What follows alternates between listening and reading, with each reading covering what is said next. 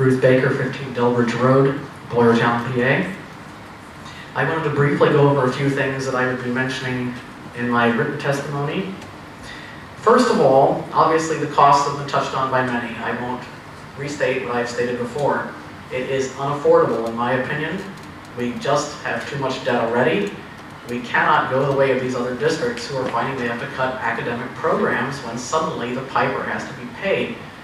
I would really urge a sensitivity analysis on these state reimbursements because we have been told that the state is broke in its construction fund. We know that other districts are waiting years for reimbursement, and we are behind over 160 projects at PlanCom G, and we're here going into PlanCom D. How are we going to get money? I don't think we can assume that, respectfully. The other thing that may interest you, back in 1994, there was a rumor of moving 9th grade to senior high, and the Education Association came out strongly against it in the newspapers, even though it was just a rumor. I'm not hearing that same sentiment today from our staff, and I find that surprising.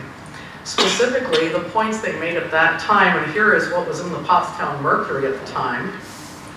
They said, the students coming in from 9th grade will be absorbed into a sprawling complex with a total population of nearly 2,000 students, becoming just a number.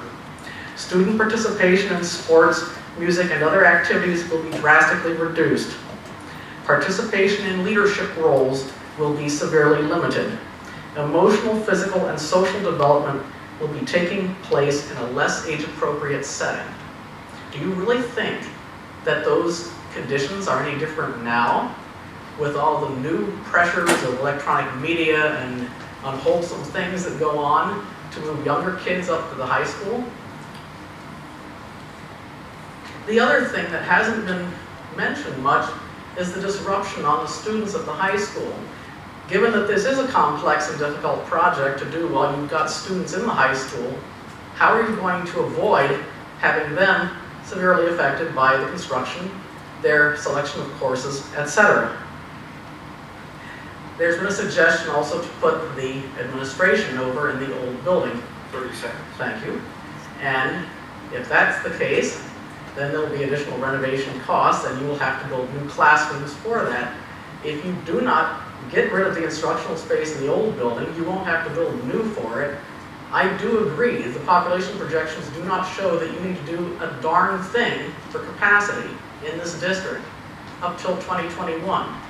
So save yourself the necessity to do renovations up to code that you don't need to do unless you renovate or expand, and save our money and save our students the hassle. Thank you.